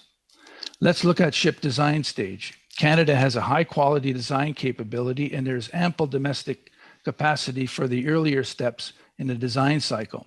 These early stages form a material contribution to innovation in Canadian shipbuilding. This capacity must not be allowed to stagnate due to project delays. Deepening the Canadian capability for early-stage design will, over time, provide capacity and cost reduction in the later stages of the design process. On the same topic, establishing and freezing the vessel requirements and build specification at the earliest possible time will prevent design changes, which we all know lead to delay and cost increases. In terms of specification setting and design change process, the optimal outcome will always be a trade-off between government's operational, regulatory, and performance requirements and the shipyard's capability to procure for and build the design to a competitive price and on schedule. It is essential to contract in such a way as to achieve these objectives. The design of an affordable ship will always be a compromise. Much as we go to a car dealer asking for every option, we get exactly what we want. There's no difference in ships. The shipyard that will build the ship should be contracted to undertake the full design process. Less than that adds delay, since the shipyard will always take any design and run a second awfully lengthy and expensive, however avoidable exercise to ensure the resulting ship is buildable. As I mentioned, SMISA also encourages locking of the ship requirements at an early stage. From that point on, it needs to be about delegation to the shipbuilder and the limitation of customer approvals to those that are strictly necessary, such as those associated with safety and meeting the requirements of the class society. Coming back to what we said about embracing commercial practices, we must look at fixed or effective target incentive pricing mechanisms instead of just cost plus profit contracting where achievable. With fixed or target incentive prices, the shipbuilder is held to account and or incentivized on its ability to deliver projects on cost and to schedule against specification and performance criteria that have been unnecessarily changed. This is aligned with commercial contracting and has had a positive impact on shipyard efficiency and responsiveness to customer needs in cases where it has been applied. Fixed or effective target incentive contracting can be achieved within PSPC's existing framework. It does, however, mean a change to today's norms and standards. In fact, it means a reset of certain specific shipbuilding contracting standard practices used by Canada if our industry is to succeed. By success, I mean delivery of performing ships on the original schedule at the budget both agreed with the shipbuilder. Our members also want more involvement in the build process. To this end, there are other innovations Canada should consider adopting, such as distributed block assembly method. This is successful in other countries, and SMISA members support more direct involvement in the production of ships and build strategies that create multiple build sites, also to smaller shipyards and metal fabricators. Mr. Schmidt, sorry for interrupting. Unfortunately, due to time constraints, we are limited, and perhaps you can get some more of your information out in questions and answers. And anything that you've submitted to us has been provided to the committee members, so they will be able to have read what you presented. We'll go to questions and answers. We'll go to Mr. Paul Hughes for 5 minutes. Merci, Monsieur le Président. Thank you, Chair, and thank you, ladies and gentlemen. My first question is for Mr. Kendrick. I think that was a fairly frank presentation that you've made, and it shows why we have some concerns on the NSS. We want to see where the money's going. And with the witnesses that we've heard so far, we see that there's a huge management problem here. And I think your examples and comparisons were quite interesting. The question I have, the native strategy that was put in place by the Conservatives in order to try to make it more efficient, among and between shipyards at the time. Well, it's not working. It's just not working. You described it in your presentation. Now, as of today, how could we resolve this situation, which is a financial catastrophe? It's a scandal here in Canada. Poor vision, wastage of millions, if not billions of dollars. And of course, we're not building up our defense capacity at this time. What would be the simplest way to get to the objective? You said we need a rapid decision. So what should we be doing? Thank you, Mr. Hughes. This is the $64 billion question, and unfortunately, I don't have a simple answer for it, partly because neither I nor anybody on this committee nor anybody else seems to have a real handle on what is happening. The process was supposed to be fair, open, and transparent. It's not. It is completely opaque. When I was involved in redoing the cost estimate for the polar icebreaker a few years back, my team asked for productivity data from the NSS yards, which had already been working for some time on that. We were refused it. So how can you develop a cost estimate if you don't know what the productivity metrics are? I know more about productivity metrics in U.S. shipyards, UK shipyards, South African shipyards than I do about Canadian shipyards. I don't know what the contracts are. The contracts have not been publicized. The contract values have not been publicized. We cannot find this information. And until we move to a more transparent system, unfortunately, it's difficult to see what the solutions are likely to be. I very much agree with some of the suggestions made by Mr. Schmidt, who I've known for many years, about measures that could be taken on the government side, the measures that could be taken on the industry side as well. I think we need to move towards, as he said, much more fixed price, fixed schedule contracting and accountability for things that fail to meet those targets. So that's my quick answer for now. Est-ce que j'ai justement, en parlant de prix fixe, Yes, but there was an enterprise, European enterprise, which had offered to do a fixed contract. It's not the same model, but they were frigates for 30 billion. And the way that the proposal was made to government, it was rejected out of hand. Do you think that the Canadian industry, and this is where I have a bit of a difficult time, Irving would have picked up on the contract or a renewal of that contract had it been accepted?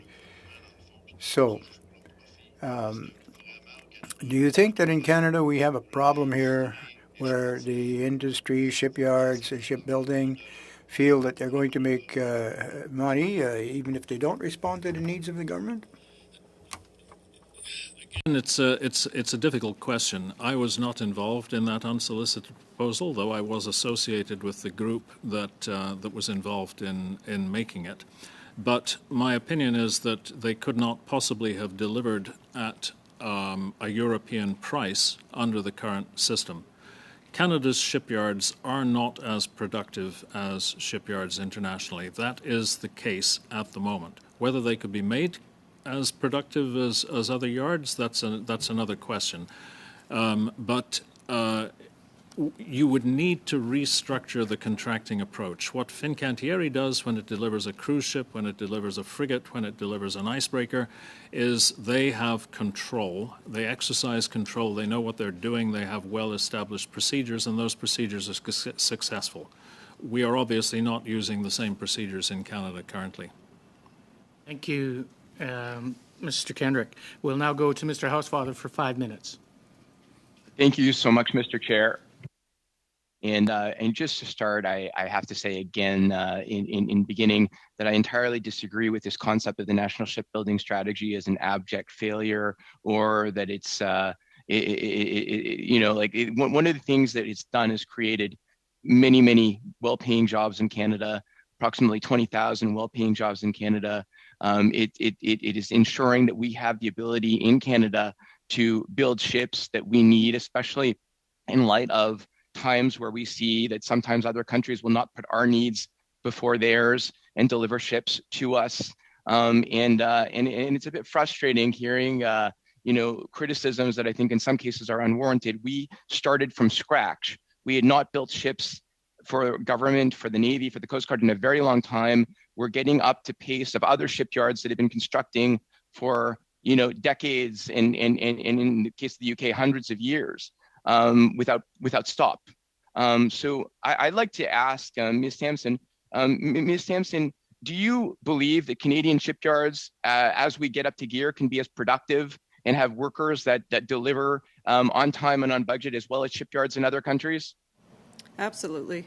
Thank you again for your question. I appreciate it. I definitely think that, that's something that we can definitely strive for. From when we first started, a decade ago till now, leaps and bounds ahead of what we were.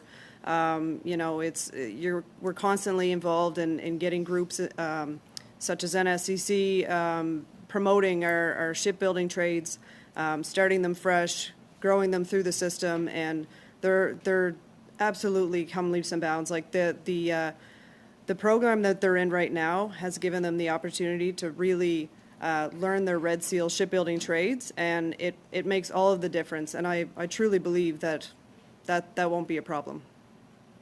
And it's a matter of getting the skilled workers and keeping them there for enough time that they learn the process and are able to, deliver. And as you stated, I think very clearly, in terms of saying we need to be able to move from the AOPS to the CSCs, you need constant, steady work and a guarantee of constant, steady work to make sure that the shipyard can be on the level of the US or the UK, correct?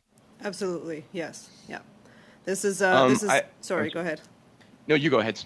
This is just, it is something that you're saying about, we have started about 10 years ago, 11, we have been building these skills a long time, and I feel like if we had that boom and bust cycle still, we wouldn't be able to continue those skills that we work on. We work hard every day, teaching each other and growing through that system, so. Thank you so much. And Mr. Schmidt, can I ask you, do you agree that it is necessary to develop this talent and to be able to build ships domestically for the government? Yes, it is, and I think that's exactly what's happening. As we build programs, as we complete programs, we're learning, we're becoming better, just like anything else we do. There's no doubt, I agree, the workforce, the skilled trades, the laborers that we have are as good as anywhere in the world. And we've proven that over and over with the quality of work we do. Yeah, I think the changes that we're suggesting is to speed things up so we can get more ships through this wonderful cycle. And we have our learning curves will improve, our productivity will improve, and we'll deliver these products faster to the needed demands of the Coast Guard and the Navy. Agreed. And just some very quick questions because I don't have much time. The type of design that you're talking about, people have come to the committee and said, well, you should be just buying off the shelf. I don't think there's any navies or coast guards that just buy ships off the shelf. You customize, but what you're saying is we should be giving specifications from the government to the shipyards, tell them exactly what we need, and let the shipyards do the design and then approve them. Is that basically what you're saying instead of duplicating? And not quite, sir. It's more that we would work together. For example, the government produces the technical statement of requirements, our operational requirements, and we work together on refining those into a detailed specification. However, once we complete the basic design, the concept and basic design, and the customer is happy, we do a final design review. They say, thumbs up, you got it.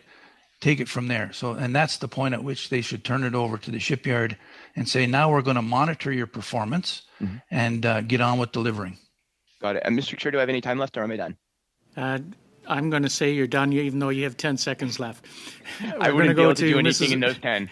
We're going to go to Mrs. Vignola. Merci beaucoup. Thank you very much. My first questions are for Mr. Kendricks, and thank you very much for being here.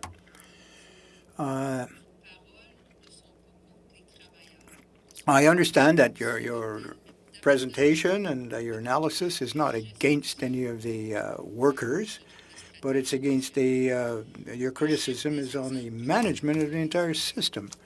And the numbers you've given us are very, very concerning.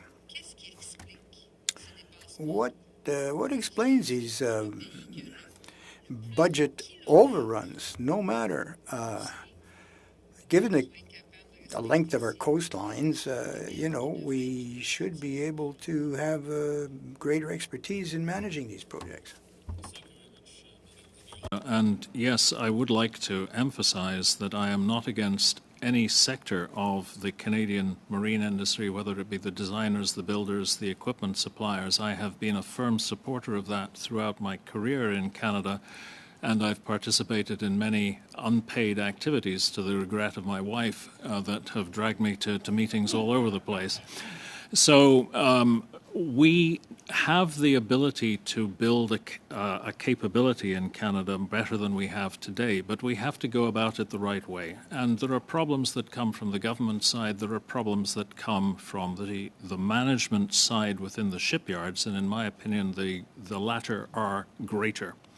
Just to give one example, the AOPS, the original design of the AOPS, was purely commercial. It was designed to use commercial equipment, the cheapest possible commercial equipment. It was a design-to-cost project to keep the costs down.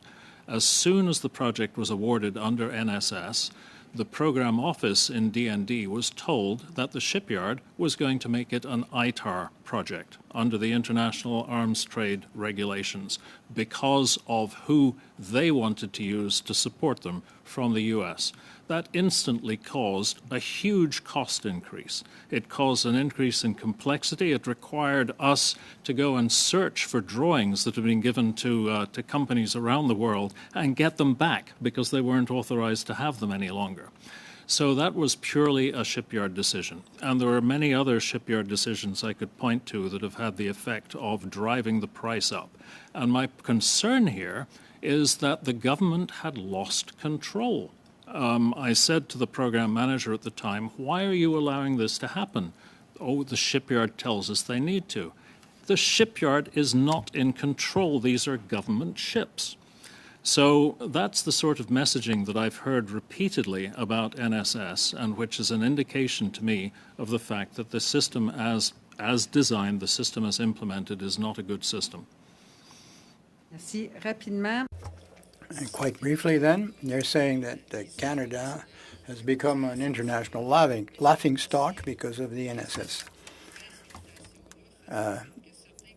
Perhaps because we have this reputation established, we're being charged more for ships that we buy from them rather than building them ourselves. Interesting aspect. If you are forced to compete on price, if you're forced to meet a price, then you accept risk. Another thing that the shipyards have been doing is to transfer as much risk as possible to their suppliers, to their contractors. They're not making a balanced decision on where risk should be. So as soon as you transfer risk to an equipment supplier, as soon as you transfer risk to any other party involved, their price goes up. So you've avoided the risk, but you're still able to charge the same amount of profit on the project. So you're boosting price, you're gaining profit at no particular risk to yourself. So there needs to be some form of price discipline, and that price discipline in part needs to be based on the government having an informed knowledge of what the price of these ships should be. Many other governments around the world give their government projects to the shipyards in their countries. They do that all the time, whether it's the Dutch, the French, the Italians, whatever. But they understand how to control cost. And a good example from the Netherlands is that when the Dutch government was given a quote for building a new ship, they actually took pieces of that away from the shipyard and did it in third-party facilities because they thought the costs of those elements were unreasonable. So these are the sorts of measures that you can take. Control the costs. Make sure that that's being done in an intelligent manner. Thank you. We'll now go to Mr. Johns for 5 minutes. Thank you. Thank you all for your really important testimony and for being here today. We've heard that, ships if we build ships abroad, that the upkeep and maintenance will end up being done abroad, very likely in the long term, and will have, obviously an impact. Can you maybe, Ms. Sampson, speak about if Canada built the national shipbuilding strategy, vessels abroad, do you believe that skilled workers in the naval industry would need to seek opportunities elsewhere? Thank you for your question.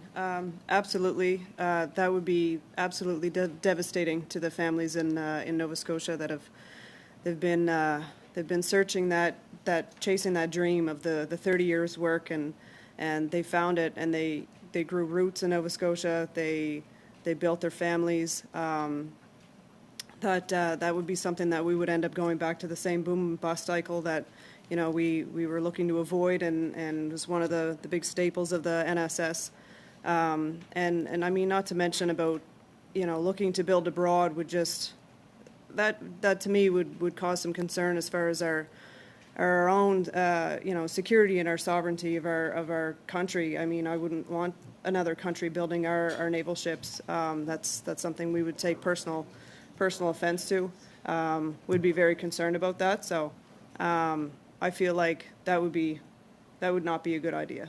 You talked a little bit about the national security aspect of it. Do you want to touch on that? And boom and bust. I mean, we want to avoid boom and bust, and there's some history here. I'm sure that you could share in Nova Scotia how we went through boom and bust How do we avoid that in the long run? I mean, using the national shipbuilding strategy for the next 30 years as a foundation base for the 30 years after, and making sure that we are competitive on an international front.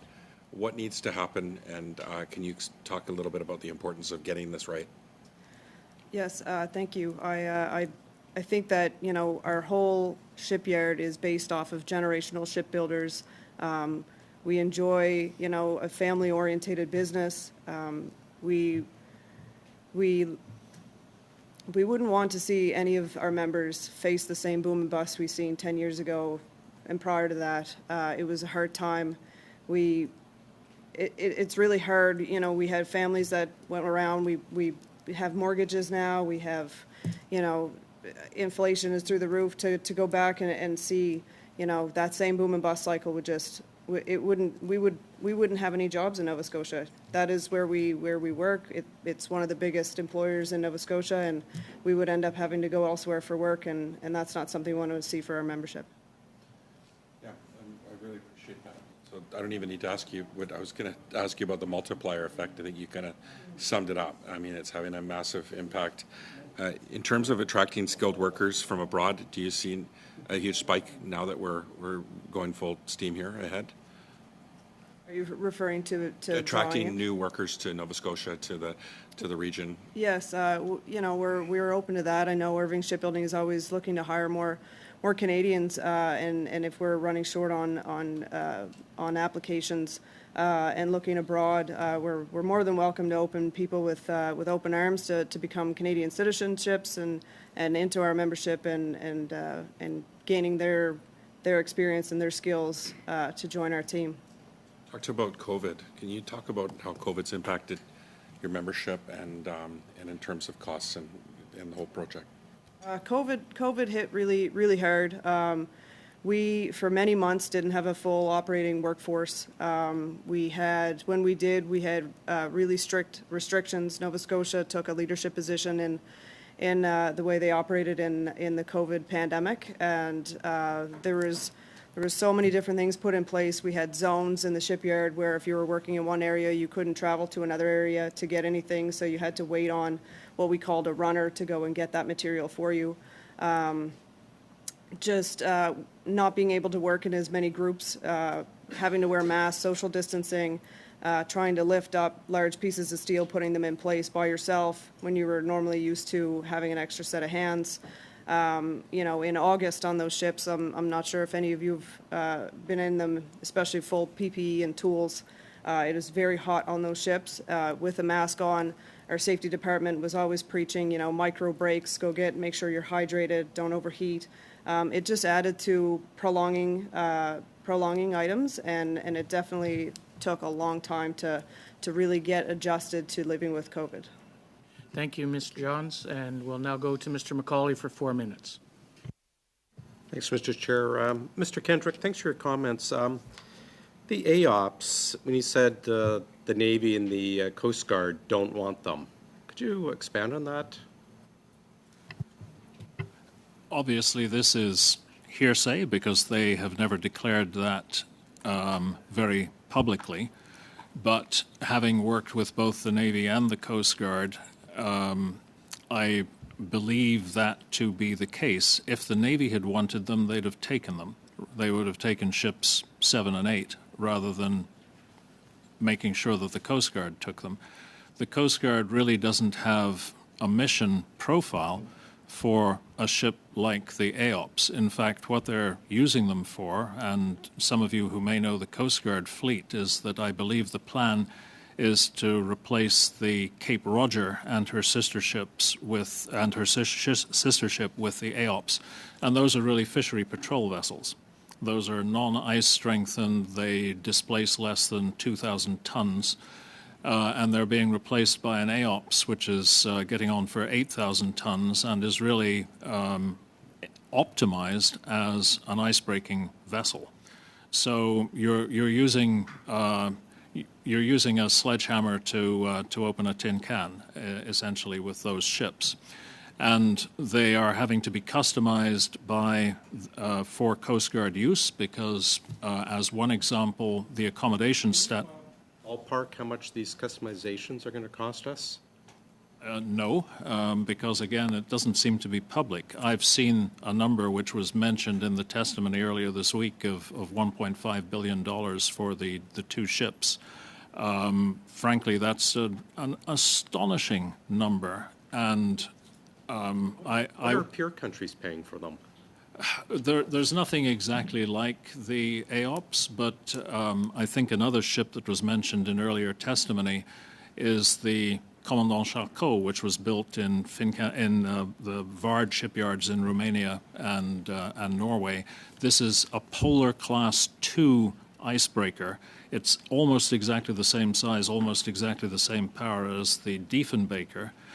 And it's costing $500 million for a ship that is a luxury hotel.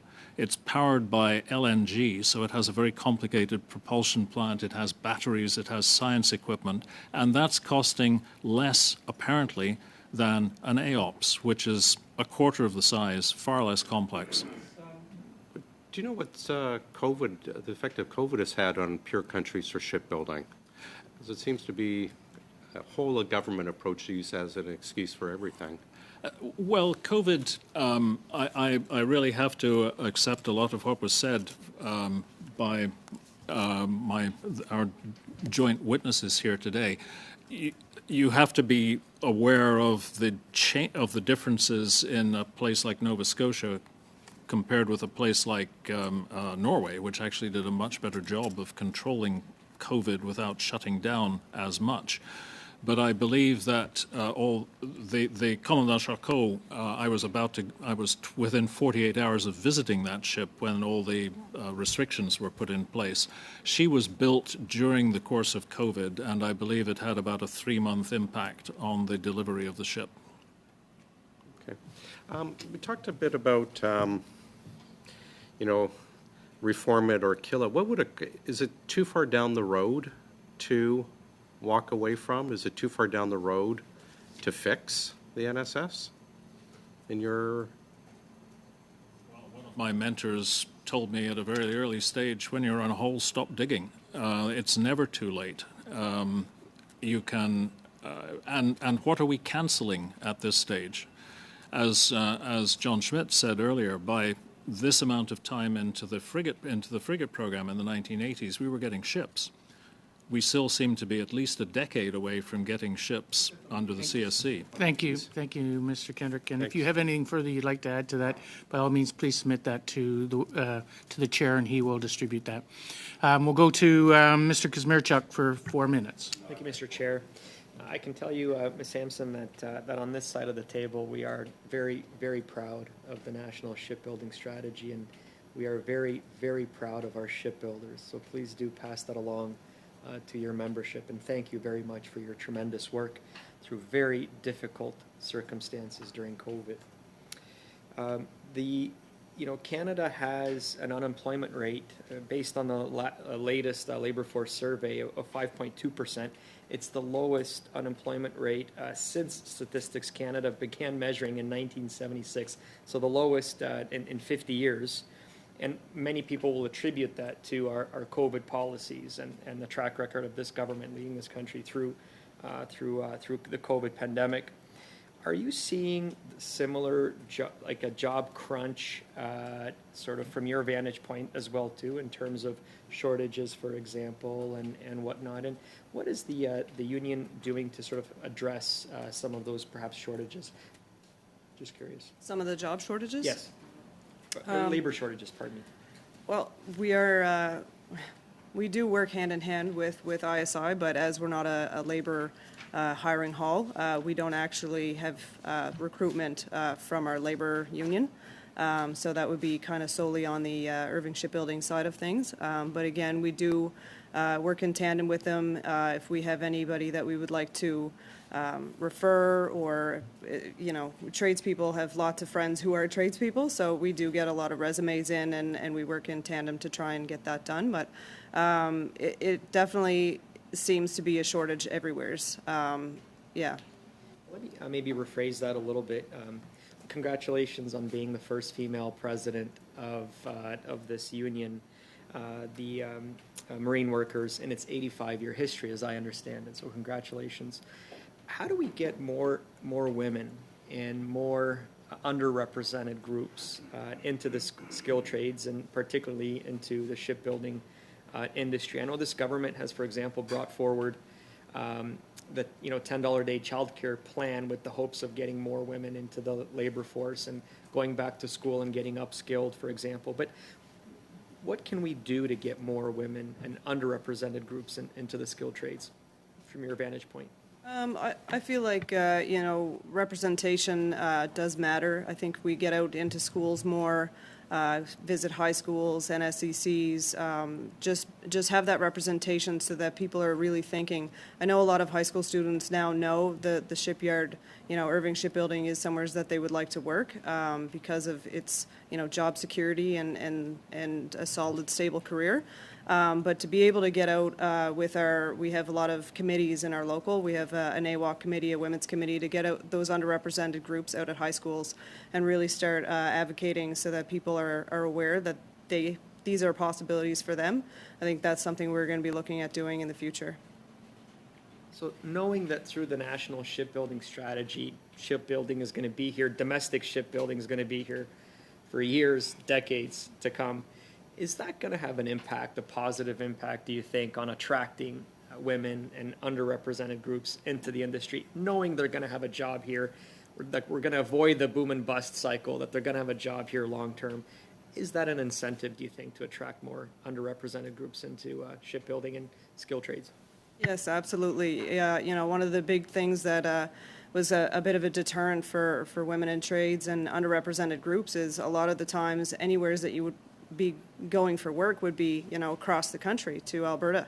That was where a lot of our skilled trades were going, and to be able to have the opportunity to stay home and stay with your families, that's huge.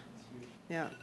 Thank you. Thank you. And we'll go to Mrs. Vignola for 2 minutes or less. Merci beaucoup. Thank you. And quite quickly, Ms. Sampson, it's not only on the other side of the table that Nova Scotia, Vancouver, and perhaps eventually Lévis, which I hope, see all these tradespeople and are at work, that they can upgrade their skills and carry on and have these good jobs. So I'm glad to see that this is the case. You said in your presentation that the shipyard you're working for is beating records. Which records are you referring to, and of what do they consist? The records that I was referring to is with our apprenticeship program.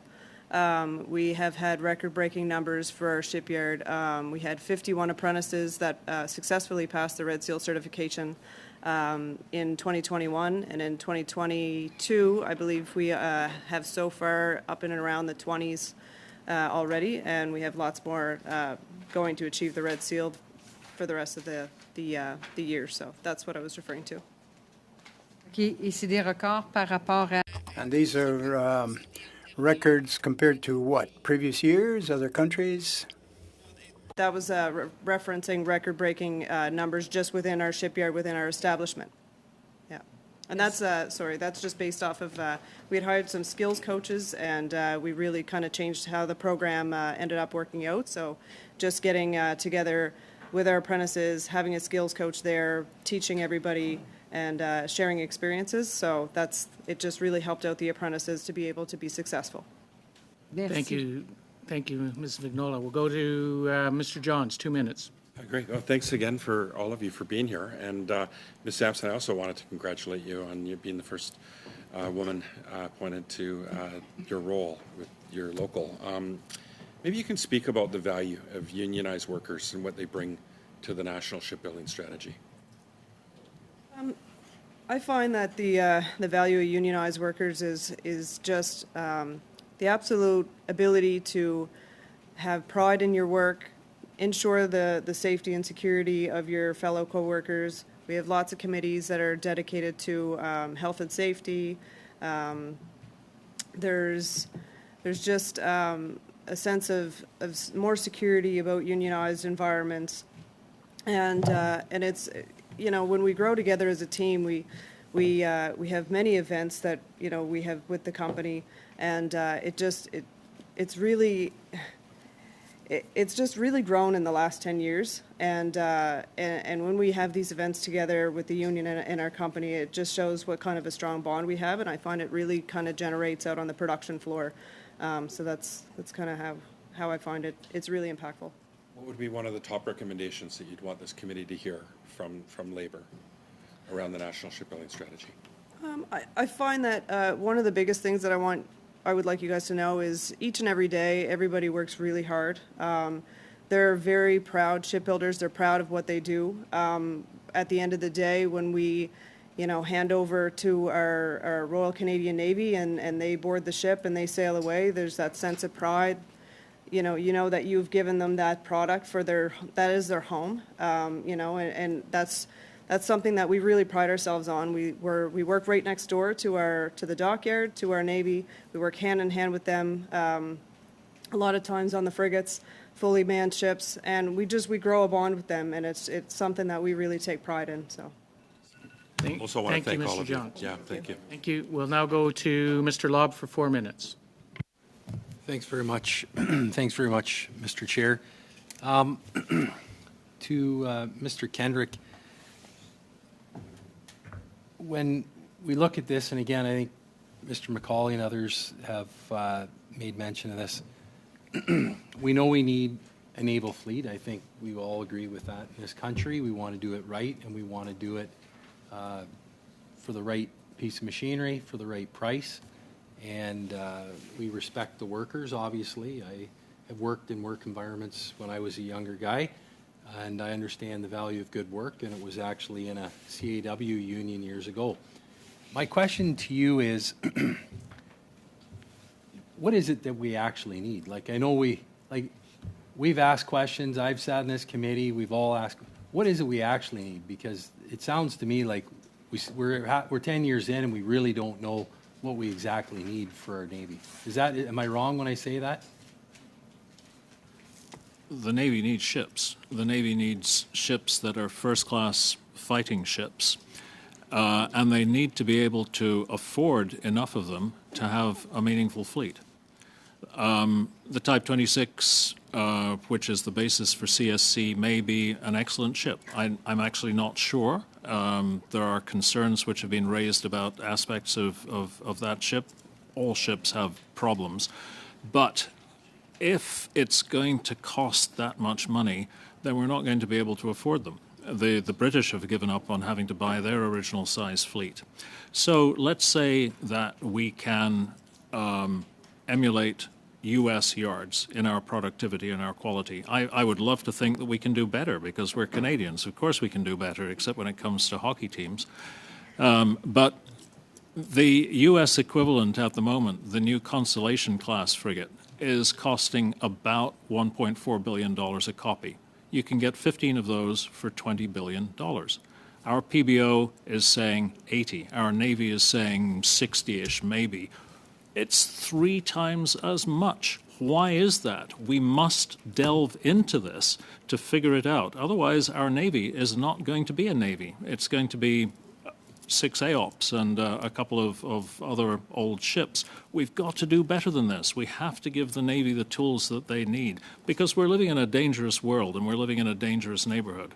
So that's the challenge we have to meet. How do we get from the $60 billion, the $80 billion fleet to the $20 billion fleet? What are we going to do to achieve that? Because can Canada afford a $60 billion fleet? Think of what $40 billion can do in terms of affordable housing, infrastructure, childcare, all of the other projects all of the other things that are important to people, pharmacare, dentistry. How far does $40 billion go? It goes a long way. So obviously that is a big difference, right? Like it's 2-3 times the cost. So where is it that we've gone wrong? Like, is it a process flow? Is it the people at the top? Is it everybody's lining their pockets? Because I don't really think we have any answers here so far. Everything's either confidential or it's just the way it is or it's inflation or whatever it is. But I can't imagine there's $40 billion worth of inflation on these ships. Maybe I'm wrong, but it could be, but I don't think it is. So if the U.S. is doing it for the price, where is the discrepancy, or we don't know? It's a really good question. I can point to certain things that I know about, but as I said earlier, the real part of the real problem to me is lack of transparency. It's the NSS is supposed to be open book. Where is this book? Who's allowed to open it? Who's allowed to analyze what's going on? Currently, something I'm doing wearing another hat is analyzing ferry procurement for Washington State down in the U.S. We have everything. We have every number we need to get. We can see exactly where the money is, where the money is going, why the money is going that way. Can I do that for NSS? I can't. Thank you. I know my time's Thank up. you. For the committee, I think it'd be worthwhile to talk to some of these Americans and see what their opinion is, what their feedback is, and where we are, because I think we should know as part of our report. Thank you. It's something we will discuss within the committee as we move forward. We'll go to Mr. Baines for 4 minutes, please. Thank you, Mr. Chair, and thank you to our guests for joining us. My question is to Shannon Sampson. I represent the Richmond, British Columbia. My questions are coming from out west. So the marine sector is extremely important to us over here. And in your opinion, do you believe that workers on shipyards have a prosperous future in the shipbuilding industry out west? I can't really speak to the shipyard out west. I'm not really well versed on C-SPAN and that shipyard, to be honest. But I'm a firm believer that shipbuilding is a must in Canada, and we should continue to use that to build our sovereignty and our security of our country. Okay, and you did get some questions from one of my colleagues regarding the diversity in shipbuilding and the trades. So maybe along those lines, we have, again, out west here, some of the best training institutes, the British Columbia Institute of Technology, where it's a premier institution that teaches pipe fitting, welding, and again, a lot of diversity in the trades has been introduced there already. Maybe you can speak to our academic institutions like that, and are you and your union engaged in with them in the future of shipbuilding industry? Yes, with thank the you for your academic question. institutions. Absolutely, we partner with Irving Shipbuilding on pathways to shipbuilding, Women's Unlimited. We have lots of groups that come in the shipyard. A few numbers that I have quickly written down. In 2017, we had 11 Women's Unlimited come to our shipyard. 2019, we had 12 Women's Unlimited. Indigenous people in 2018, we had 9, and African Nova Scotians in 2019, we had 17. So we're looking to partner more and more with the underrepresented groups, and that's something that we definitely pride ourselves on, and we'll be definitely doing more of that in the future. Okay, thank you. And I'll move over to Mr. Schmidt. The committee heard that other countries, Canada's defense procurement process is complex. You know, how could the government of Canada simplify its defense procurement process? If we're talking just ships, sir, I think what we're saying, it's the contracting process. So I think if we're talking large ships, we've selected shipyards to build those ships. We've assigned those ships. The problem is when we get into contracts, or how we get into contracting and how we manage the projects. The requirements drive us to have to put quite a bit of extra overhead into the way we manage. As we like to say, we should be spending the money on steel, not paper.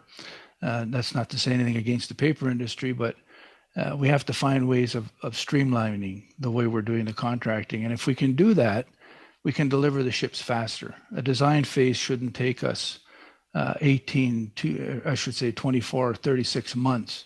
We should be reducing that to half, finding ways we can bring those costs down. That's the key message that we're trying to bring from the association. If we do that, we're building ships faster, and we're also generating more capability within our membership.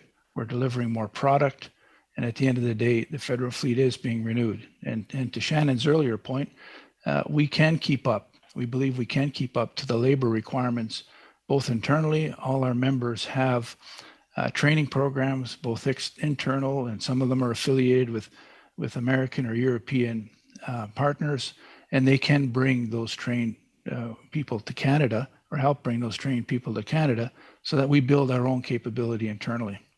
Thank you. Thank you. And with that, I would like to thank all the witnesses, those that are here with us in person and those that are with us virtually. Mr. Kendrick, Ms. Sampson, Mr. Sloan-White, and Mr. Schmidt, thank you all for participating today and providing your testimony to committee, and we look forward to that. I'd also, with that said, I'd like to thank our interpreters and our technicians who have helped us throughout today in getting things done, as well as our analysts and our clerk. And to everyone, have a good weekend, and I declare the meeting adjourned.